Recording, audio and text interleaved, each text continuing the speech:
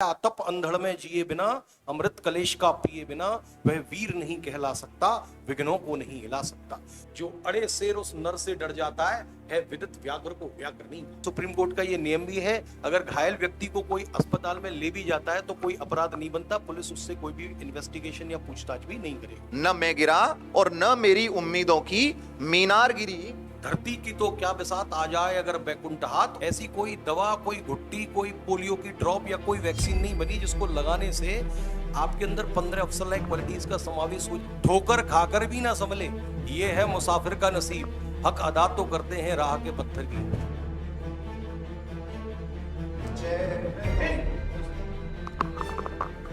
बहुत बहुत स्वागत है दोस्तों। जैसा कि आप जानते हैं कि एयरफोर्स ने फेज 1 का टेस्ट कंडक्ट कराया था और सभी बच्चों ने पूरे मनोयोग से ये टेस्ट दिया है।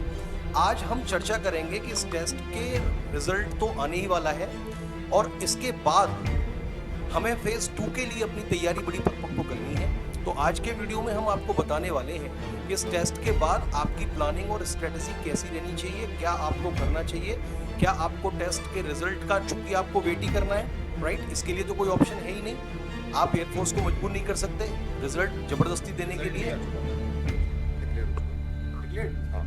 और जैसा कि सर बता रहे हैं तो रिजल्ट भी दोस्तों ऑलरेडी डिक्लेयर हो चुका है और बहुत ही जल्दी हो सकता है कि नेक्स्ट वीडियो जो हमारा आएगा वो रिजल्ट के ऊपर ही आएगा और एयरफोर्स में कितने सिलेक्शंस हैं उसके बारे में एकदम धमाकेदार तरीके से हम लोग यहाँ पे बताने वाले हैं। तो एक बार यहाँ पे हम लोग डिस्कस करेंगे कि एयरफोर्स के एग्जाम के बाद जो सबसे पहली जो रिक्वायरमेंट है वो क्या है। तो भाई बहुत बहुत बधाई अगर रिजल्ट आ चुका है तो उन बच्चों को जिन्होंने रिजल्ट किया है, great many congratulations in advance. लेकिन इस टेस्ट में अगर आपने रिटन टेस्ट क्लियर किया है और 100 बच्चे अगर रिटन टेस्ट क्लियर करते हैं पारा सर तो इसमें जो सिलेक्शन फाइनल जाता है वो केवल 8 बच्चों का जाता है। बिल्कुल। यानी कि अभी भी 92 बच्चे बाहर कर दिए जाएंगे एडेप्टेबिलिटी टेस्ट 1 और 2 में। तो आज हम बस यही बताने वाले हैं कि ये एडेप्टेबिलिटी टेस्ट 1 और 2 भला क्या है, क्या माजरा है और हमारी क्या प्लानिंग और स्ट्रेटेजी रहनी चाहिए, कैसे अब हम अपनी तैयारी शुरू करें एडेप्टेबिलिटी टेस्ट 1 और 2 के लिए जिन्होंने एयरफोर्स के टेस्ट में सफलता पाई है। जैसा कि आपका रिजल्ट आ चुका है तो आपने देखा होगा एयरफोर्स में इंडिविजुअल कट ऑफ भी रहता है और ओवरऑल कट ऑफ भी रहता है। तो मेरी बहुत बहुत बधाई पहले तो आपको, क्योंकि मुझे अभी सर ने बताया कि रिजल्ट आ चुका है, क्योंकि कभी तो एग्जाम हो ही चुका था और ये बहुत अच्छी बात है कि एयरफोर्स ने तुरंत ही इस बार रिजल्ट जारी कर दिया है। तो अब हम बढ़ते हैं कि एडेप्टेबिलिटी टेस्ट 1 और 2 क्या है। जैसा कि आप जानते हैं कि आर्मी लाइफ स्टाइल में आप एडजस्ट हो पाते हैं या नहीं, उस लाइफ स्टाइल को आप एडॉप्ट कर पाते हैं या नहीं, इसी परीक्षण के लिए टेस्ट होता है। आप जानते हैं आदमी परिस्थितियों का गुलाम है, तो आप रिटन टेस्ट में तो इंटेलिजेंट हैं लेकिन मानसिक रूप से स्ट्रांग हैं या नहीं, इस टेस्ट में इसका एनालिसिस किया जाता है। लाइक विषम परिस्थितियों में कहीं आप धैर्य तो नहीं खो देते, विषम परिस्थितियों में कहीं आप पथ से तो नहीं भटक जाते, विषम परिस्थितियों में क्योंकि आपको पता है कि डिफेंस में इतनी आसान परिस्थितियां नहीं रहती, घर से बाहर रहना पड़ता है, बीवी बच्चों से दूर रहना पड़ता है और वेदर कंडीशंस में भी गड़बड़ रहना पड़ता है। पता चली कि आप बर्फ में ही बहुत दिन हो, पता चली कि आप वहाँ लाल मिट्टी आपके स्वास्थ्य को सूट नहीं कर रही, लेकिन आपको वहाँ पर रहना पड़ेगा बिकॉज ये डिफेंस का बॉन्ड होता है। तो उन परिस्थितियों में मानसिक रूप से, शारीरिक रूप से सक्षम बंदा चाहिए जो विविध परिस्थितियों में भी अपने आप को एडजस्ट कर सके, एडॉप्ट कर सके। और देखिए बच्चों, किसी ने कहा है आतप अंधड़ में जिए बिना, अमृत कलेश का पिए बिना, वह वीर नहीं कहला सकता, विघ्नों को नहीं हिला सकता। और हमारे फौजी भाई, हमारे एयरफोर्स के जवान कैसे कैसे विघ्नों को हिलाते हैं आपको। तो जैसा कि आप जानते हैं कि हर आदमी परिस्थितियों का गुलाम होता है, तो वहां पे ऐसी परिस्थितियां होती हैं जो आपको मेंटली परेशान कर सकती हैं, लेकिन उन परिस्थितियों में आप नेगेटिव ना हो, इसकी क्या जिम्मेदारी है, इसकी क्या गारंटी है। तो इसकी गारंटी ये है कि आप मनोवैज्ञानिक रूप से स्ट्रांग होने चाहिए, मेंटली रूप से स्ट्रांग होने चाहिए। और इसका परीक्षण कौन करता है? मनोवैज्ञानिक करता है। तो पहला जो एडेप्टेबिलिटी टेस्ट 1 है, SRT, जिसको सिचुएशन रिएक्शन टेस्ट बोलते हैं, वो कंडक्ट कराया जाएगा। आज मैं उसके कुछ एग्जांपल्स लूंगा और डिस्कस करूंगा कि ये एडेप्टेबिलिटी टेस्ट 1 और 2 में कैसे सफलता पाए। तो पहले तो मैं एडेप्टेबिलिटी टेस्ट 1 की आज चर्चा करूंगा क्योंकि ये वीडियो लंबा हो जाएगा। और ये वीडियो आपको अच्छा लगे तो उसको विस्तृत करिए, शेयर करिए, चैनल को सब्सक्राइब करिए, क्योंकि बहुत बड़े महारथी इस प्लेटफॉर्म पर आपको पढ़ाने वाले हैं। और आप जैसा कि जानते हैं मैं खुद एयरफोर्स से रिटायर्ड हूँ, एक्स-सर्विसमैन हूँ 2006 से, और मैं आपको कंटिन्यूसली गाइड करने में लगा हूँ। मेरे साथ ocean of general knowledge, ocean of GS जिनको कहा जाता है, पुष्पेंद्र पाराशर जी हैं। इनके परिचय के लिए तो मोहताज खैर है ही नहीं है किसी के, लेकिन फिर भी आज ये मेरा साथ देंगे और ये भी गाइड करेंगे क्योंकि इनका पूरा परिवेश डिफेंस का रहा है और इसके अलावा इनको 20 साल का डिफेंस का पढ़ाने का अनुभव भी है। केवल डिफेंस का, एसएससी नहीं पढ़ाया है इन्होंने, डिफेंस ही पढ़ा है। तो एक ओवरव्यू हो जाता है, एक आइडिया हो जाता है मेंटल कैपेसिटी का बच्चे का, तो उस अनुभव का आपको लाभ मिले, इसी के लिए आज हमने ये वीडियो बनाई। तो देखिए शुरू करते हैं। पहला है, suppose you see a fellow passenger fall out of a running train, will you, यानी आप देखते हैं चलती हुई ट्रेन में से आपका कोई पैसेंजर, फॉलो पैसेंजर गिर जाता है, आप क्या करेंगे?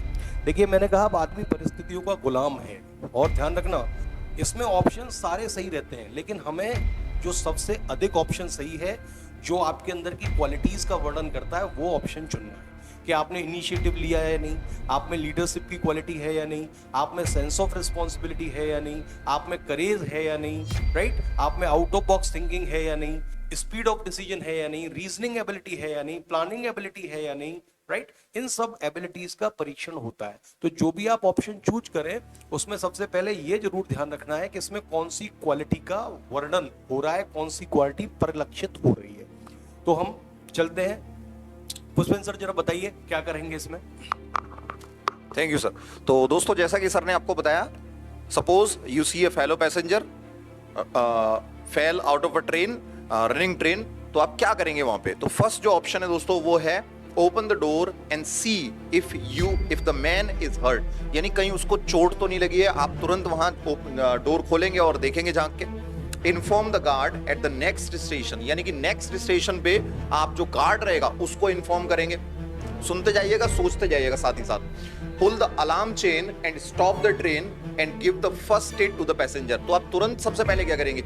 उसको चेन को खींचेंगे, जो स्टॉप चेन है उसको खींचेंगे आप, और तुरंत जाके उसको फर्स्ट एड देंगे। और नेक्स्ट है दोस्तों raise hue and cry inform other passenger, और तुरंत आप लोगों को चिल्ला के बताएंगे, उनको तुरंत ही आप एक तरीके से ऑडियंस को ये समझाने की कोशिश करेंगे कि भाई बचाओ इस बंदे को। तो आपको लगता है, सर मुझे लगता है कि इसमें सारे ही ऑप्शन ठीक है। जैसे कि हम देखें कि अगर डोर खोल के हम ये कहें कि भाई चोट लगी है किसी बंदे को, तो ये भी ठीक है सर, ये भी सही लग रहा है। और अगर गार्ड को इन्फॉर्म करने की बात जहां तक आ रही है तो ये भी सही लग रहा है। लेकिन प्राइमरीली हमें यहाँ पे मुझे लगता है कि प्राइमरी हमें फोकस करने की सबसे पहले बात है, यानी इनमें से डिसीजन तो सारे ही सही हैं, लेकिन जो बेस्ट डिसीजन है और जो जान बचाने के लिए आपकी अंतरात्मा कहे कि सबसे पहले क्या करना चाहिए, उसके बारे में मुझे लगता है कि हमें यहाँ पे बात करेंगे। बाकी सर अभी गाइड करते हैं आपको।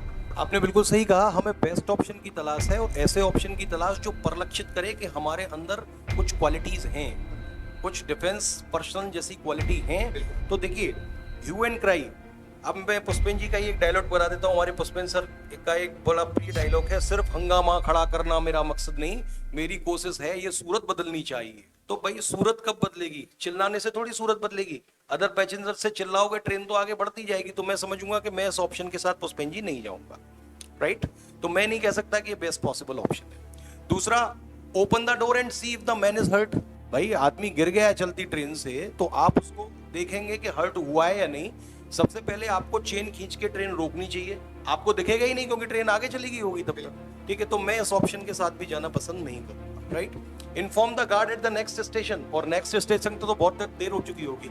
अगर उसको फर्स्ट एड देने से ही काम चल जाता और उसकी जान बच सकती थी, लेकिन नेक्स्ट स्टेशन तक बहुत ज्यादा देर हो जाती है। अच्छा, उसमें ये एक्सीडेंटल केसेस में ये होता भी है, राइट।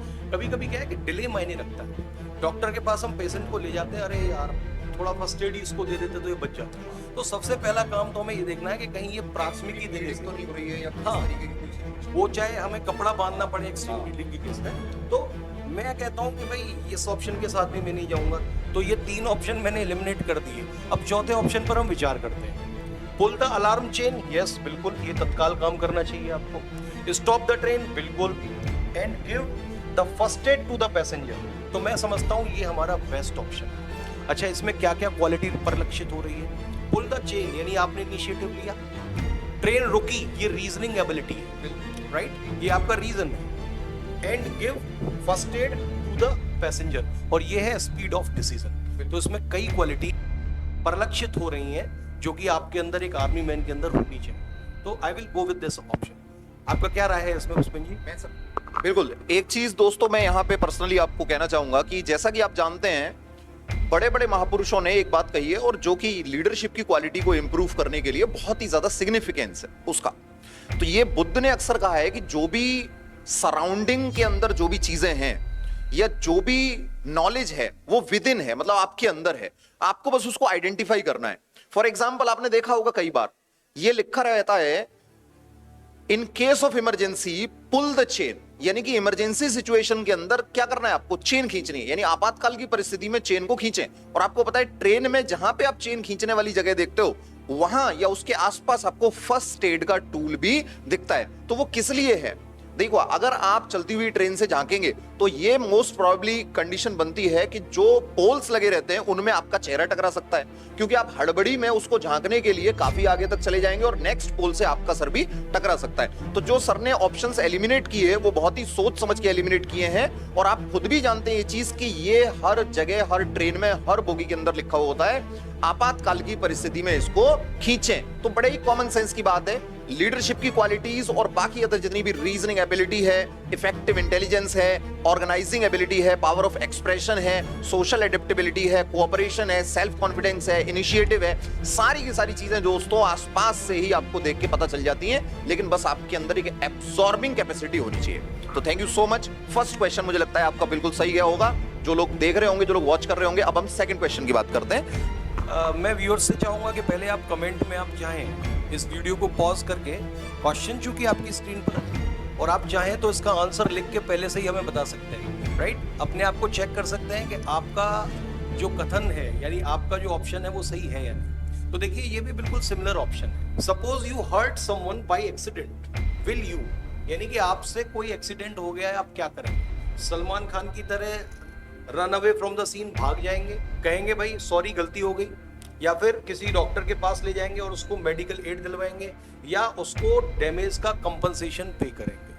तो चूंकि मैं कहता हूं कि सॉरी वाली बात भी लोगों को जचती है, हाँ, मैं कहता हूं हम मानव हैं। तो देखिए, एक्सीडेंट के बारे में मैं बता दूं, एक्सीडेंट जरूरी नहीं कि हमारी ही गलती से हो। अब बहुधा वो दूसरों की गलती से भी होते हैं, लेकिन एक्सीडेंट में कोई इतना बड़ा केस नहीं है, कोई मारने का आपको इरादा नहीं होता है, मिस्टेक से एक्सीडेंट हो जाता है। तो पहली चीज, एक तो मिस्टेक हुई, और दूसरा run away from the scene, ये आप बताता है कि आपके अंदर मानवता बिल्कुल शून्य है। तो मैं समझूंगा ए ऑप्शन तो नहीं होना चाहिए। आप क्या विचार इस पे? मुझे लगता है सर, जैसा कि पहला ऑप्शन दिया गया कि run away from the scene, तो कहीं ना कहीं ये दिखाता है कि आपकी सोसाइटी के लिए बिल्कुल भी ना तो आप बिल्कुल भी ना तो रेस्पॉन्सिव हो, दूसरा ना आपके अंदर कोई ग्रेटिट्यूड है। लीडरशिप क्वालिटी जो है वो तो आपने डिस्ट्रॉय ही कर दी वहां से भाग के, और ना सिर्फ आपको लोगों की संवेदनाओं का कोई महत्व आता है। दूसरा जो पॉइंट है वो है कि से आई एम वेरी सॉरी।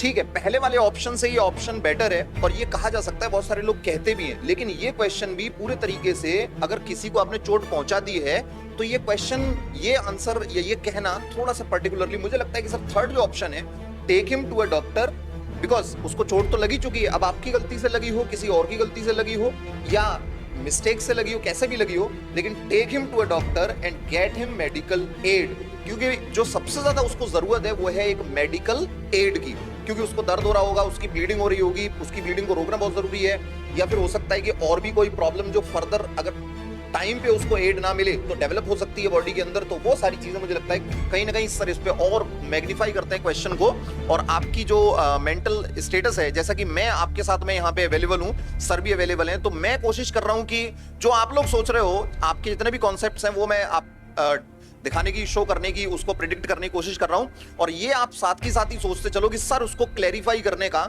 उसको एक विजन मतलब आपके अंदर कैसे डेवलप होगा, उसके गाइडेंस के लिए सर आपके साथ में जुड़े हुए हैं। देखिए, पहला ऑप्शन इसलिए भी नहीं हो सकता बिकॉज आप जब फौज में अफसर बनने जा रहे हैं या जवान बनने जा रहे हैं तो एक जिम्मेदारी आपके कंधों पर डाली जाती है, तो आपके अंदर सेंस ऑफ रिस्पॉन्सिबिलिटी होनी चाहिए। अगर आप ऐसा करते हैं तो पहली चीज तो आपके अंदर सेंस ऑफ रिस्पॉन्सिबिलिटी नाम की कोई चीज ही नहीं है, तो अफसर बनने या जवान बनने के लायक या फौज में जाने के लायक आप हो ही नहीं। और दूसरी, वहां से भाग के आप एक क्रिमिनल एक्ट और कर देते हैं, तो इसीलिए ये ऑप्शन हो ही नहीं सकता। तो दूसरा ऑप्शन है, मैं डिस्कस कर देता हूं सर, से आई एम वेरी सॉरी। चलो, ग्रेटिट्यूड तो ये दर्शाता है, लेकिन यहाँ सॉरी का काम नहीं है। आपको पता है कि तीसरा ऑप्शन सबसे ज्यादा कन्वीनियंट है कि आप उसको डॉक्टर के पास ले जाएंगे और उसको मेडिकल एड दिलवाएंगे, राइट? तो जैसा कि ये पहला जैसा क्वेश्चन है, और आपको पता है कि सुप्रीम कोर्ट का ये नियम भी है, अगर घायल व्यक्ति को कोई अस्पताल में ले भी जाता है तो कोई अपराध नहीं बनता, पुलिस उससे कोई भी इन्वेस्टिगेशन या पूछताछ भी नहीं करेगी। अगला ऑप्शन है पे कंपनसेशन। तो ये तो होना ही नहीं चाहिए, क्योंकि आप अगर गाड़ी चलाते हैं तो थर्ड पार्टी इंश्योरेंस के बिना तो गाड़ी सड़क पर चल ही नहीं सकती लीगल। तो अगर कंपनसेशन देना है, आपके सारे कागज हैं, तो कंपनसेशन तो आपको वो कंपनी देगी जिसने आपके व्हीकल का आपका इंश्योरेंस किया है, थर्ड पार्टी। तो मोस्ट कन्वीनियंट ऑप्शन सर मुझे लगता है C. I think I will go with C, क्योंकि इसमें बहुत सारी क्वालिटी झलक रही है। क्योंकि पहला जैसा क्वेश्चन है तो वीडियो लंबा ना हो, इसीलिए हम कहेंगे कि option C will be right. आप कमेंट करके बताइए कैसा लगे, और इसको जरूर शेयर करिए, विस्तृत करिए, सब्सक्राइब करिए चैनल। तो जैसा कि तीसरा क्वेश्चन आपके सामने है, this is situation reaction test, जिसमें ऑप्शंस दिए जाते हैं। अच्छा, एनडीए में डिफरेंस क्या है? एनडीए सीडीएस का जो एसएसबी होता है, एफकेट का जो एसएसबी होता है, उसमें एक समस्या है, उसमें आपको लिखना पड़ता है कि आपका रिस्पॉन्स क्या होगा। लेकिन एयरफोर्स में चूंकि ये पर्सन्स बिलो ऑफिसर्स रैंक होती है, यहाँ पर आपको ऑप्शंस दिए जाते हैं। ऑप्शंस दिए जाते हैं तो चूज करना थोड़ा सा आसान रहता है, राइट? अब हम चलते हैं तीसरे क्वेश्चन की तरफ। You have been invited to a social get together, will you? आपको किसी सोशल गेट टुगेदर के लिए बुलाया गया है, फ्रेंड्स लोग हैं आपके, गेट टुगेदर कर रहे हैं, सामाजिक किसी गेट टुगेदर में, समारोह में आपको बुलाया गया है, आप ये समझ सकते हैं। आप क्या करें? Go there to fulfil a social obligation, क्योंकि सामाजिक व्यवस्था और सोशल ऑब्लिगेशन को निभाने के लिए आप वहां जाएंगे। Go with a view to enjoying yourself, मजे लेने जाएंगे। तीसरा, try to avoid going to get together, आप अवॉइड करेंगे क्योंकि आपको मिलना जुलना ज्यादा लोगों से पसंद नहीं है। Got offer a pretext for not going there, कोई ना कोई बहाना बनाएंगे वहां ना जाने का। तो पुष्पेंद्र सर, मैं समझता हूं सोशल रिस्पॉन्सिबिलिटी भी एक तरह का ऑफिसर का गुण होता है, जवान का गुण होता है, क्योंकि जवान सोसाइटी के प्रति भी रिस्पॉन्सिबल रहता है, सोसाइटी के लिए ही जी रहा है, राइट? वो जी रही समाज के लिए रहा है, राइट? तन समर्पित, मन समर्पित, और ये जीवन समर्पित, जैसा कि हम कहते हैं। तो जैसा मैं सोचता हूं, इसमें ए ऑप्शन भी सही हो सकता है, बी ऑप्शन भी सही हो सकता है, राइट? लेकिन टू अवॉइड तो ये कहता है कि आप क्या है, अंतर्मुखी हैं। यानी कि अगर आप नहीं जाते हैं किसी सामाजिक में, तो इसका मतलब आप सामाजिक आदमी नहीं है, सोशल एडेप्टेबिलिटी आपके अंदर नहीं है। और सोशल एडेप्टेबिलिटी नहीं है तो इसका मतलब आपका ग्रुप बिहेवियर बिल्कुल गलत है, आप ग्रुप में नहीं रह सकते। और डिफेंस में you have to be the part of the group, क्योंकि डिफेंस में जो करता है ग्रुप ही करता है। इंडिविजुअल ग्लोरी के लिए डिफेंस में कोई स्थान नहीं। Social adaptability is also one of the 15 officer like qualities, तो ये भी एक बहुत इंपॉर्टेंट है। अच्छा, दूसरा यहाँ पे देखेंगे, got offer a pretext for not going there, यानी कि भाई बहाना बनाना, ये तो ये दिखाने की कोशिश करता है कि you are running away from the situations, या you are running away from your duties, या सोशल एडेप्टेबिलिटी आपके अंदर नहीं है, ये शो कर रहा है। दूसरा, try to avoid going to get together, ये और जो लास्ट वाला है, ये दोनों आपस में मैच करते हुए, तो ये आप समझ सकते हो कि अगर ये गलत होगा तो वो तो ऑटोमेटिकली गलत हो ही जाएगा। अगर यहां देखेंगे, go with a view to enjoying yourself, यानी कि अगर आप खुद से केवल अपने सेल्फ ऑब्सेशन के लिए अगर आप वहां पे जा रहे हो, अपने आनंद के लिए आप वहां पे जा रहे हो, अपने मजे आपके पूरे हो इसलिए आप वहां पे जा रहे हो, तो इसका मतलब ये चीज शो करती है कि आप कहीं ना कहीं पे एक तरीके से कह सकते हैं हम कि अपने लिए जी रहे हो, आप अपने लिए आप चीजें कर रहे हो, आपको सोसाइटी से कोई मतलब नहीं है, और आप स्वार्थी हो कहीं ना कहीं पे, हम ये चीज कह सकते हैं। और जो स्वार्थी है वो दोस्तों कभी भी सैक्रिफाइस नहीं कर सकता है, क्योंकि जैसे ही बात आती है सैक्रिफाइस की, वैसे ही इंसान को एक्सट्रोवर्ट होना पड़ता है, लोगों के साथ एडेप्टेबिलिटी को शो करना पड़ता है, लोगों की सब भावनाओं को समझना पड़ता है। और without get together you can not और you can never understand a man's situation, a man's problem, a man's future और पास्ट सिचुएशंस, आप नहीं समझ सकते उन चीजों को। तो और थोड़ा सा सर एक बार इस पे व्यू डालते हैं। देखिए, इसमें हो सकता है पुष्पेंद्र जी से मेरा थोड़ा सा जो मत है ना वो इतर, क्योंकि ये दोनों ही ऑप्शन मुझे सही लग रहे हैं। अब उसमें क्या है कि एक तो आप सोशल ऑब्लिगेशन निभाने गए, तो इसका मतलब आपका मतलब मन नहीं था जाने का, केवल वो सोसाइटी का ऑब्लिगेशन था, केवल आप निभाने गए, यानी जिम्मेदारी निभाने के दिल से आप नहीं था। लेकिन दूसरे में आपने वहां गए भी, एंजॉय भी किया, इसका मतलब क्या आप वहां दिल से गए, राइट? तो यहाँ पर यही देखा जाता है कि आपको जब सोशल गेट टुगेदर का मौका मिला तो आप उसका पूरा आनंद लूटते हैं, एंजॉय करते हैं, you are the life of the party. इसका मतलब आपको लोगों के साथ घुलना मिलना मजे करना पसंद है, यानी कि टीम वर्क पसंद है, तो इसमें तो अफसर लाइक क्वालिटी होनी चाहिए। वैसे जो पुष्पेन जी कह रहे हैं वो भी एक मत सही है, वो जानबूझ के पुष्पेन जी ने कहा कि ऐसा मत हो सकता है, राइट। लेकिन दूसरा मत ये भी हो सकता है कि एंजॉय आप करते हैं क्या सोशल गेट टुगेदर, तो इसका मतलब आप सोशल हैं और एंटी सोशल नहीं है।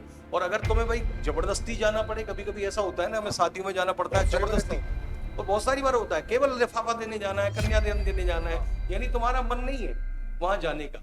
और यहाँ पे पता चलता है you our life of the party, आपको ग्रुप रहना पसंद है, एंजॉय करना पसंद है, इसका मतलब टीम वर्क आपको पसंद है, और जो टीम मेंबर होता है उसी की डिफेंस में जरूरत है। और देखिए दोस्तों, जैसा कि हम ऑलरेडी आपको बता चुके हैं कि सर जो क्लैरिफिकेशन देंगे वो क्लैरिफिकेशन फाइनल क्लैरिफिकेशन होगा, और जो मैं डिस्कशन करूंगा वो डिस्कशन वो होगा जो आप लोगों के अंदर प्रीटेक्स्ट पैदा हो रहा है, यानी कि आप 10 चीजें सोच रहे हो और आपके अंदर जो कंक्लूजन पैदा हो रहा है वो कंक्लूजन मैं यहाँ पे लाके आपको दूंगा, और आपको हो सकता है कि वो चीज लगे कि हाँ ये जो कह रहे हैं ये भी सही है, लेकिन सर आपको जो बता रहे हैं लास्ट में, जैसा कि आपने बताया कि मैंने कहा, तो हो सकता है कि वो आपको सही लग रहा हो, लेकिन फाइनली जब सर ने आपको ये चीज बताई कि देखिए यहाँ पे आप एंजॉय भी करें, ये भी बहुत जरूरी है, क्योंकि you are the life of party, ये भी बिल्कुल सही है, और उसके साथ साथ सोशल एडेप्टेबिलिटी भी आप वहां पे अटेंड कर रहे हो, उसको भी आप एब्जॉर्ब कर रहे हो, तो ये बिना एंजॉयमेंट के ये चीज पॉसिबल नहीं है। तो कहीं ना कहीं वो दोनों ठीक है, लेकिन अगर दोनों में से किसी को चुनना पड़ेगा तो उस पर सर एक बार और आपके साथ में उसको गाइड करते हैं। तो मैं एक और चीज कहना चाहता हूँ, हमारे एक महापुरुष रहे भगवान कृष्ण, जिसको मैं मानता हूँ, पुष्पेन जी भी मानते हैं और भी हजार लोग मानते हैं, पूरा विश्व मानता है, क्योंकि गीता जैसा महाग्रंथ दिया जिस पर लाखों PhD भगवान, वो ऐसा व्यक्ति था जो नाचते हुए सागर तक पहुंच गया, समुद्र तक पहुंच गया। समुद्र का मतलब ये नदी, नदी कहाँ तक जाती है? समुद्र तक जाती है। जीवन को आप नदी समझिए, और समुद्र का मतलब है कि हमें एक दिन मरना है, राइट। अब अगर 2 दिन के समुद्र में पड़े हुए हैं, एक टेढ़ा मेढ़ा पड़ रहा है और लड़ रहा है जीवन से, और कह रहा है कि नदी मुझे बहा कैसे ले जाएगी एक दिन का, और दूसरा दिन का नाचते हुए गाते हुए बंसी बजाते हुए जा रहा है, तो भगवान कृष्ण ने कितनी सोशल रिस्पॉन्सिबिलिटीज निभाई, बिल्कुल सारी निभाई, और फिर भी वो बंदा चैन की बांसुरी बजाता था और मुस्कुराते हुए, एक निश्चल मुस्कान उनके चेहरे पे थी, ठीक है। तो मैं कहूंगा कि दैट ऑप्शन वाज राइट। बात बाकी का दोनों ऑप्शन सही हो सकते हैं, इनमें कोई कॉन्ट्रडिक्शन नहीं है, ठीक है, लेकिन हम प्रोबेबिलिटी की चर्चा कर रहे हैं, क्योंकि विचार कोई भी हो सकता है, ठीक है। अच्छा, पुष्पेन जी ने क्यों बताया? क्योंकि दूसरा आइडिया भी आपके दिमाग में आ सकता है। बिल्कुल बिल्कुल, राइट। हम यहाँ पे इसी चीज को क्लियर करने के लिए, इसी चीज को हम लोग क्लियर करने के लिए आप दोस्तों यहाँ पे हैं। 2 लोगों के आने का यही मतलब है, यही क्लैरिफाई करना है हमको कि जो मैं आपको बताऊंगा ऑप्शन डिस्कस करके, वो कहीं ना कहीं ऑप्शंस आपके माइंड में भी चल रहे होंगे, और आप हो सकता है कि उस ऑप्शन को ठीक भी मान सकते हैं, लेकिन और मैं, क्योंकि मैं भी यहां पे बोल रहा हूं, तो हो सकता है कि आप उसे ठीक मान रहे हो, लेकिन जब वो गलत बैठेगा या फिर उसको कंपेयर करके दूसरे ऑप्शन में भी सही होने के चांसेस बनेंगे, तब फिर आपकी जो व्यू है वो थोड़ा सा ब्रॉड होगा, और आप ज्यादा अच्छे तरीके से दोस्तों उसको एम्फेसाइज कर पाएंगे, और डिसीजन लेने की जो एबिलिटी है वो दोस्तों धीरे धीरे आपकी बढ़ेगी। कोचिंग का जो काम है, that is drafting the situations, the mental problems, the mental ability, social adaptability, drafting all the personalities to the creamy level. ये हमारा काम है कोचिंग का, और ये कोई भी दोस्तों जन्म से, पैदा होने से सीख के नहीं आता, ये चीजें ऑफिसर लाइक क्वालिटीज जो है वो डेवलप की जाती हैं, और वही हम आपके अंदर दोस्तों कर रहे हैं। तो अगर आप अप्रिशिएट कर रहे हैं तो दोस्तों जरूर अपने दोस्तों के साथ शेयर करिएगा, और जैसा कि हमने कहा पूरी मेहनत से, पूरी शिद्दत से, हम यहाँ पे ये नहीं कहेंगे कि हम खून बहा रहे हैं, पसीना बहा रहे हैं, हम ये कर रहे हैं वो कर रहे हैं, ये सब कुछ नहीं। हम आपके साथ पूरे मन से लगे हुए हैं, हम चाहते हैं कि आप सीखें चीजों को, आप अवेयर हो, आप चीजों को सीखें, आप चीजों को अच्छी चीजें लग रही हैं तो आप दूसरे दोस्तों तक भी पहुंचाएं, ताकि पॉजिटिविटी बढ़े, ताकि अच्छे लोग समाज के अंदर चीजों को, अच्छी चीजों को समझे, ताकि लोग, है ना, ठीक। जैसा कि पुष्पेन जी ने बताया कि हाँ आजकल नाटक चल रहे हैं, धुआं कर देंगे, पसीना बहा देंगे, आग लगा देंगे, तो ये चीजें नहीं होनी चाहिए। अच्छा, ये हमने दोनों ने तर्क दिया, जरूरी नहीं कि आप हमारे तर्क से इंप्रेस हो जाए। एक बात ध्यान रखना, अगर आपके पास कोई स्ट्रॉन्ग रीजन है और आपको लगता है कि भैया ये ए और बी में से नहीं, सी ऑप्शन राइट है और उसका तर्क ये है, तो यू आर मोस्ट वेलकम। आपका तर्क हमसे भी अच्छा हो सकता है, हम बेस्ट पॉसिबल आंसर अपनी सोच से दे रहे हैं, आप हो सकता है कि हम गलत हों, तो आप भी इसमें आंसर दीजिए और तर्क लिखिए, क्योंकि तर्क का राज होगा रीजनिंग एबिलिटी। आप कमेंट करिए और लिखिए कि सर मुझे ये अच्छा नहीं, मुझे ये लगा और किस कारण से लगा। तो हम उसको भी एनालाइज करेंगे और सुधार करने की भी कोशिश करेंगे, क्योंकि एक महान दार्शनिक ओशो ने कहा है कि एक अच्छा टीचर बच्चों से सीखता है। बिल्कुल, डेफिनेटली। राइट, और हम वो टीचर हैं जो कि बच्चों से सीखने का काम करते हैं, क्योंकि ये लर्निंग जो है एंडिंग प्रोसेस है। राइट, तो अब हम अगले क्वेश्चन पे चलते हैं Pushpan ji. Suppose you meet an old classmate, आप किसी पुराने अपने साथी से मिले, सहपाठी से, who was been extremely successful in business, जो बिजनेस में बहुत ज्यादा सक्सेसफुल हो गया है, since you met him last, तो आप क्या करेंगे?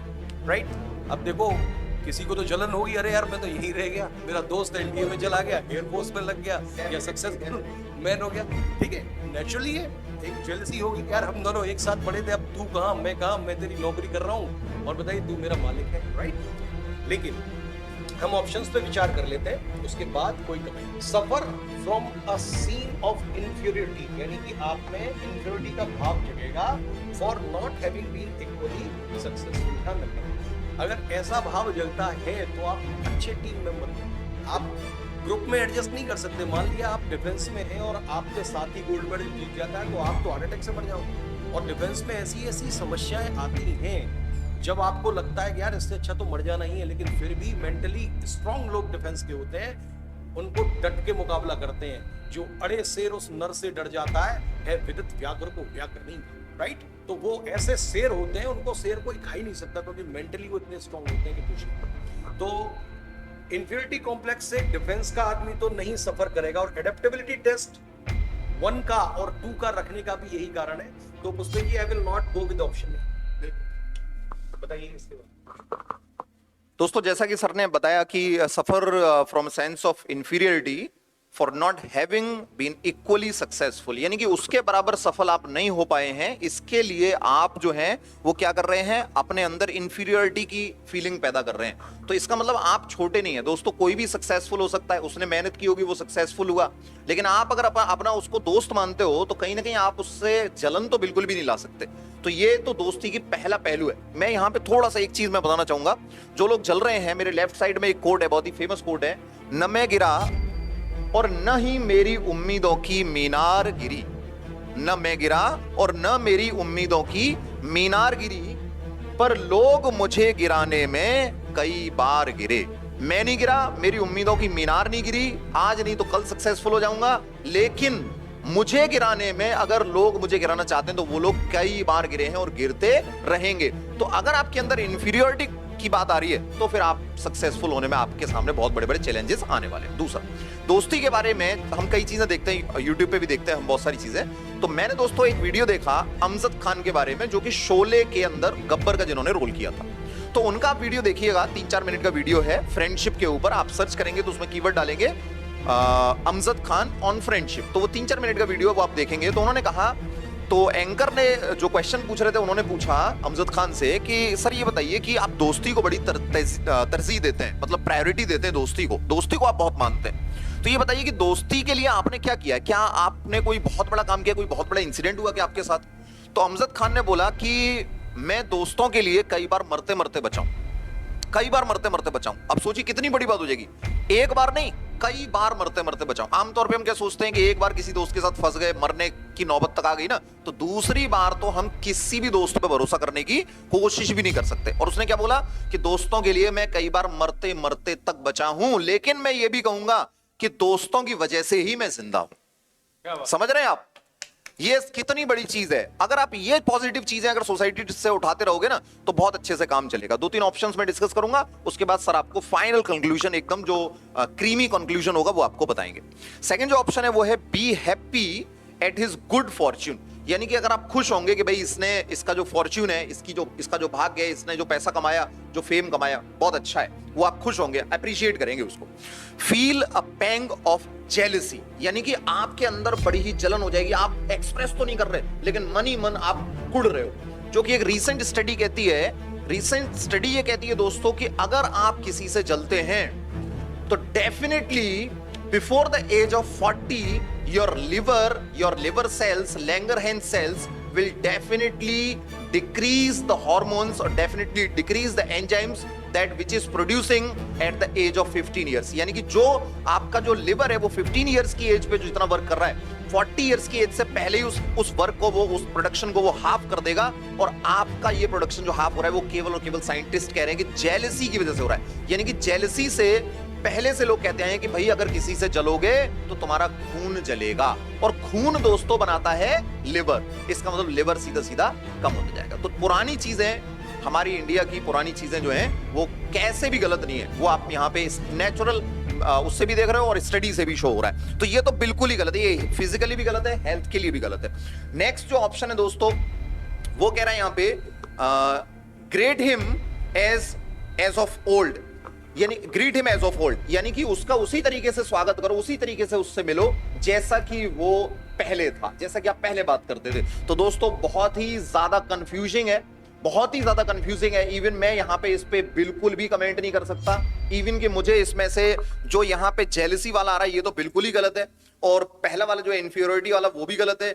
B happy at his good fortune, खुश रहें, और दूसरा है greet him as of old. दोस्तों दोनों ही बिल्कुल कंफ्यूजिंग है यहाँ पे। ये चीज सिर्फ और सिर्फ आपको गोस्वामी सर ही बता सकते हैं। प्लीज गोस्वामी सर एक बार ये चीज बताइए। धन्यवाद भूपेन जी, आपने बहुत सारी बातें मित्रता पर बताई। और देखिए आप जानते हैं मित्रता है वो अनमोल रतन, कब इसे तोल सकता है धरती की तो क्या बिसात, आ जाए अगर बैकुंठ हाथ उसको भी न्योछावर कर दूं, मित्र के चरणों में कर दूं। कर्ण ने मित्रता निभाई और कृष्ण भगवान ने पूरा उसको लालच दे दिया राज्य का पूरे विश्व का, लेकिन फिर भी वो मित्रता धर्म। और रामायण में भी कहा गया है निज गिर दुख सम रज किम जाना, मित्र के रज दुख मेरु सम। बिल्कुल निज गिर यानी कि खुद के जो दुख हैं, निज दुख उनको कैसे जाने, मिट्टी के बराबर, और अगर मित्र का कोई दुख है उसको कैसे बात जाने, पहाड़ निज दुख। तो ये जो रामायण में कही गई बात है, ये जो महाभारत के एग्जाम्पल है, आपने बिल्कुल कहा पूरी तरह सटीक है। तो मित्रता तो वो अनमोल रतन है। और दूसरी एक चीज क्या है कि हमें किसी से जेलसी नहीं करनी चाहिए। सब लोग खा रहे हैं तो अपने भाग्य का खा रहे हैं। कभी कभी होता है कि हमें मित्रताओं से हम गेट टुगेदर करते हैं, और गेट टुगेदर में हम मित्रों को बुलाते हैं ताकि हम थोड़ा बचपन की बातें शेयर करें, लेकिन बाद में पता चलती है वो तो फिर अपनी हस्ती बताने लगते हैं कि मैंने इतने करोड़ का ये खरीद लिया, इतने करोड़ का बंगला। यानी कि जिस एंजॉय चल रहा है ट्रेंडिंग में, तो जिस उद्देश्य से हम गए थे मस्ती लेने के लिए, वहाँ हम और ज्यादा हतोत्साहित होके आते हैं कि यार ये तो अपना संपत्ति का बखान करने आ गया कि कितने प्लॉट्स मेरे कहाँ पे और कितना, जबकि हमारा। तो आप बिल्कुल सही हैं, इंफीरियरिटी बिल्कुल महसूस नहीं करेंगे, सब अपने भाग्य का खाते हैं, ये हो ही नहीं सकते। तो I think B will be the right option without wasting the time. ठीक है सर। अब लास्ट क्वेश्चन, और बिकॉज हम यहाँ 5 क्वेश्चन डिस्कस करेंगे और इसकी इलैबोरेटेड तैयारी हम कराएंगे, because this is adaptability test 1। उसके बाद हम इसमें एडेप्टेबिलिटी टेस्ट 2 को भी डिस्कस करेंगे, तो उसके लिए भी तैयार रहेगा। इसके ऐसे हजारों एग्जांपल्स को हम डिस्कस करेंगे, लेकिन उसके लिए आपको हमारे ऑनलाइन या ऑफलाइन क्लासेस में एडमिशन लेना पड़ेगा, जिसमें हम एडेप्टेबिलिटी टेस्ट 1, 2 में एक नहीं 1000% सफलता कैसे मिले उसको डिस्कस करेंगे। राइट, आज ये केवल डेमो है, पिक्चर अभी बाकी है, क्योंकि हजारों सेंटेंसेस है जिनको हम डिस्कस करेंगे। चलो आज का last sentence, he was appointed captain of the cricket team and other players revolted against him. यानी कि आपको कैप्टन चुना गया है और लोगों ने क्या कर दिया, प्लेयर्स ने आपके खिलाफ विद्रोह कर दिया है, आप क्या करेंगे? Talks with the players and ask for some time with them to sort out their differences, and if the differences persist even then resigns from the post. Fires all the players, यानी कि आप क्या करेंगे भाई, उनको convince करने की कोशिश करेंगे, बातचीत से मुद्दे का हल निकालेंगे, लेकिन फिर भी डिफरेंसेस हैं तो आप उस पोस्ट से रिजाइन। दूसरा, फायर्स, आप क्या करेंगे, नई टीम बना लेंगे, सब जो टीम मेंबर्स हैं उनको फायर कर देंगे, टीम में से निकाल देंगे। Since cricket is a team game and all players are against him, he resigns for the betterment of the team. आप बेटरमेंट के लिए रिजाइन कर देंगे। अगला, reports to the matter to the coach और ask him to decide, coach से बात करेंगे। तो भाई देखिए, आपको मैंने बताया कि it is all about the team work, चाहे वो एसएसबी है, चाहे एडेप्टेबिलिटी टेस्ट 1 है, 2 है, it is all about the team work. और मैंने पहले ही बताया, in defence you must be in team, you must be the part of the group, there is no space of individual glory in defence as far as my experience is concerned, right. Hero बनने के लिए हमें कोई जगह नहीं। बिल्कुल, बिल्कुल। जो कुछ करता है यूनिट करती है, सब लोग करते हैं। जैसा कि हमने सर्जिकल स्ट्राइक किया, कितना बड़ा काम किया, लेकिन उसमें भी किसी जवान का नाम नहीं आया। क्या आया? Surgical strike was done, right? तो यहाँ व्यक्ति महत्वपूर्ण नहीं है, हजारों आए, लाखों आए और फिर आ जाएंगे, चले जाएंगे, लेकिन मातृभूमि का शीश नहीं झुकने देंगे। ये हिमालय सा उठा मस्तक न झुकने पाएगा। हम लुटा देंगे जवानी एक क्या लाखों यहीं पर, हम चढ़ा देंगे सुमन देश की नववेदिका पर। जग उठेंगी हड्डियां सोई पड़ी चित्तौड़गढ़ में, पर न मां की मांग का सिंदूर लटके पाए। आंख कोई उठा नहीं सकता हमारी तरफ। तो देखिए, पहली चीज तो हर प्रक्रिया का हल संवाद होता है। अगर मुझे लगता है कि मेरे प्रति लोगों में डिफरेंसेस हैं और it is all about the team work. Even हम अगर कोचिंग में हैं और आपको कोचिंग दे रहे हैं तो हमारी भी टीम है। और अगर मेरे और पाराशर जी के बीच में ही डिफरेंस हो जाएंगे तो क्या हम आपका हित कभी कर पाएंगे? बिल्कुल। तो एक अच्छी टीम के लिए क्या चाहिए? सबसे पहले संवाद की प्रक्रिया की क्या मिसअंडरस्टैंडिंग है। तो मैं कहूंगा कि पहला ऑप्शन इसमें सीधी सी बात है, पहले तो बातचीत करेंगे ना। बातचीत से हल नहीं निकलेगा तो जनहित के लिए, टीम के हित के लिए, देश के हित के लिए उससे आप बात। बाकी के ऑप्शंस, फायर तो कोई मतलब ही नहीं है, सबको फायर करेंगे बिकॉज आपको इसका मतलब टीम का एहसास नहीं है, दूसरी टीम बना रहे हैं, टीम स्पिरिट नहीं है आपके अंदर। दूसरा, ये टीम का प्लेयर है तो ये बेटरमेंट के लिए, तो मैं कह रहा हूँ सी ऑप्शन भी सही है, ए सही है, लेकिन ए ज्यादा सही है। पहले संवाद तो करें, उसके बाद ही तो रिजाइन करें। ऐसा नहीं कि मुझ पर आरोप लगे और मैंने रिजाइन कर दिया। हमें काउंटर करना चाहिए, मुकाबला करना चाहिए डट के, ऐसे रण छोड़ के नहीं भागना चाहिए। बिल्कुल। और कोच से आप रिपोर्ट करेंगे, ये बात की चीज है, पहले आप खुद से हल निकालें। ठीक है, आप इसके बारे में क्या सोचते हैं बताइए। हमारे लास्ट क्वेश्चन। बिल्कुल लास्ट क्वेश्चन है दोस्तों, बहुत ही, ये भी फोर्थ क्वेश्चन भी काफी कंफ्यूजिंग था। इवन इसको भी हम कॉम्प्लिकेटेड बना देंगे और आपके माइंड को शार्प करने की कोशिश करेंगे। जैसा कि सर ने बोला कि फर्स्ट जो ऑप्शन है यहाँ पे, talks with the players and ask for some time with them and to sort out their differences, and if differences persist even then resigns from the post। यानी कि पहले आप बात करने की कोशिश करेंगे, बात करने के बावजूद भी अगर डिफरेंसेस हैं तब आप रिजाइन कर देंगे। तो बिल्कुल ये सबसे बेटर है। अगर आप बात करते हैं और सभी आपकी बात से सहमत नहीं हो पाते तो कहीं ना कहीं दोस्तों हमेशा सुधार की गुंजाइश आपके अंदर रहती है। अगर हम यहां पे ये बात करें, fire all the players and forms a new team, इसका मतलब ये हुआ कि आप कहीं ना कहीं पे दूसरों को बेवकूफ समझ रहे हैं और खुद को सुपीरियर समझ रहे हैं, which is not a leader like quality. ये लीडर लाइक क्वालिटी बिल्कुल भी नहीं है, सोशल एडेप्टेबिलिटी की क्वालिटी भी नहीं है। इससे ना सिर्फ आपके जो सपोर्टर्स थे, जो एक दो सपोर्टर उसके अंदर होगा जो कि टीम मेंबर्स की वजह से उनके साथ में होगा, वो भी आपके खिलाफ हो जाएगा और कहीं ना कहीं मल्टीपल में आप अपने विरोधियों को खड़ा कर रहे होंगे। तो अंदर ही अंदर अगर आप दोस्त नहीं बना रहे हैं तो ये जरूर ध्यान रखिएगा कि आप दुश्मन बना रहे हैं। तो यहाँ पे आप ध्यान रखें, तो ये तो बिल्कुल ही हो सकता है। Since the cricket is a team game and all the players are against him, he resigns for the betterment of the team। यानी कि इसका मतलब है कि आपको अपने ऊपर बिल्कुल भी कॉन्फिडेंस नहीं है, आप दूसरों के अकॉर्डिंगली काम कर रहे हैं और जैसा दूसरों ने कहा वैसा आप खुद को मान लेते हैं कि मैं ठीक नहीं हूं, तो आपने तुरंत रिजाइन कर दिया। ये भी ठीक नहीं है। कोच को बताने की जहां तक बात है तो ये इसका ही सब मॉडल है। अगर आप कोच को जाके बता रहे हैं तो इसका मतलब आपको फिर भी अपने ऊपर भरोसा नहीं है। तो दोनों चीजें ये एक ही सिक्के के दो पहलू हैं। एक पहला जो ऑप्शन है और सी जो ऑप्शन है, इसमें सर ने बताया कि ए ऑप्शन जो ज्यादा बेटर है। तो जैसा कि हम आपको चीजें बताते गए, आपको क्या लगता है चीजें क्लेरिफाई हुई हैं? अगर हमारी बातों से आपको अच्छा लगा, हमारे समझाने से आपको अच्छा लगा, या हमारे जो एलेबोरेशन है वो आपको ठीक लगा, हमारे एयरफोर्स के टेस्ट के बारे में भी हम जल्दी ही बात करेंगे, नेक्स्ट वीडियो के अंदर हम बात करने वाले हैं उसके बारे में। लेकिन दोस्तों यहाँ पे हम आपके सामने जो अवेयरनेस के ये एजेंडास लेके आए हैं, अवेयरनेस की ये जो 15 ऑफिशियल लाइक क्वालिटीज हैं, हम ये नहीं करेंगे कि हम यहाँ पे कि धुआं निकाल देंगे, हम ये कर देंगे, हम चिल्ला के हम उछल के पढ़ाएंगे। ये दोस्तों सब हमारे बस की बात नहीं है। और ये आपका जो इंटेलेक्चुअल स्टेटस है, आपकी जो इंटेलेक्चुअल बॉन्डिंग है, सोसाइटी के लिए जिन चीजों की जरूरत है, हम इस सोसाइटी को डिसरप्ट और करप्ट बिल्कुल नहीं कर सकते हैं। ये आप जरूर ध्यान रखें। हमारा काम है ईमानदारी से काम करना और आपके अंदर बेटर इंडिविजुअल डेवलप करना, बेटर इंटेलेक्चुअल डेवलप करना, बेटर इंटेलेक्ट को डेवलप करना, शार्प इंटेलेक्ट को डेवलप करना, कॉन्फिडेंट इंटेलेक्ट को डेवलप करना, कॉन्फिडेंट कैडेट को डेवलप करना। ये ऑफिशियल लाइक क्वालिटीज के डेवलपमेंट के लिए दोस्तों हम काम कर रहे हैं, करते रहेंगे। हमें उछलने कूदने धुआं निकालने वालों से कोई भी मतलब नहीं है। उनका धुआं लास्ट में ऑटोमेटिकली दोस्तों निकल ही जाता है, एक ना एक दिन एक्सपोज हो ही जाते हैं। तो ये हम लोग आपके साथ में जुड़े हुए हैं। अगर अच्छा लग रहा है तो प्लीज कमेंट जरूर करें। अच्छे टीचर्स के बारे में हमने कहा था तो वो कमेंट जरूर करें और मिलते हैं आपसे नेक्स्ट वीडियो में। एक बार फिर से मैं गोस्वामी सर से बोलूंगा, अगर कोई कमेंट या कोई भी किसी भी तरीके का सजेशन आपको देंगे तो वो बेटर है। देखिए, आपने बिल्कुल सही कहा, और जैसा मैं कहता आया हूँ, कोई भी इंस्टीट्यूशन आपके अंदर 15 अफसर लाइक क्वालिटीज इंसर्ट नहीं कर सकता। ऐसी कोई दवा, कोई घुट्टी, कोई पोलियो की ड्रॉप या कोई वैक्सीन नहीं बनी जिसको लगाने से आपके अंदर 15 अफसर लाइक क्वालिटीज का समावेश हो जाएगा या फिर आप एडेप्टेबिलिटी टेस्ट 1-2 में अच्छा परफॉर्म कर पाएंगे। It is all about the discussion, it is all about the interpretation, it is all about the reasoning skills, it is all about the initiative, group behaviour, team spirit.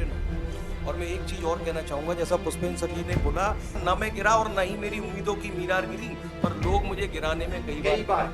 लेकिन इसके लिए एक भी ध्यान रखना, ठोकर खाकर भी ना संभले, ये है मुसाफिर का नसीब। हक अदा तो करते हैं राह के पत्थर भी, हक अदा तो करते हैं राह के पत्थर भी। अपना तो ठोकर आपने अगर खाई है तो अब संभल जाइए, राइट, और सही चीज चूज करिए, इंटरप्रेट करिए चीजों को और आगे बढ़ाइए। इसी के साथ मैं इस वीडियो को खत्म करता हूं। नेक्स्ट वीडियो में हम डिस्कस करेंगे कि एडेप्टेबिलिटी टेस्ट 2 में कैसे परफॉर्म किया जाए। ये वीडियो न केवल उन बच्चों के लिए इंपॉर्टेंट है जो एयरफोर्स के फेज 2 की तैयारी करेंगे, ये उनके लिए भी इंपॉर्टेंट है, those who are preparing for the NDA. और एनडीए में SSB is the main crux, जिसमें केवल 100 में से एक बच्चे का सिलेक्शन होता है। तो उस प्रोसेस के लिए भी आप अपने अंदर क्या स्किल जगाना है, ये हमारे डिस्कशन से आपको मालूम पड़ा होगा। जितना हो सके इस वीडियो को विस्तृत करिए। भारत में कोई ऐसा डिफेंस एस्पिरेंट नहीं बचना चाहिए जिसके मोबाइल में ये वीडियो ना हो। बहुत बहुत धन्यवाद। Thanks for holding the patience and watching this video. जय हिंद।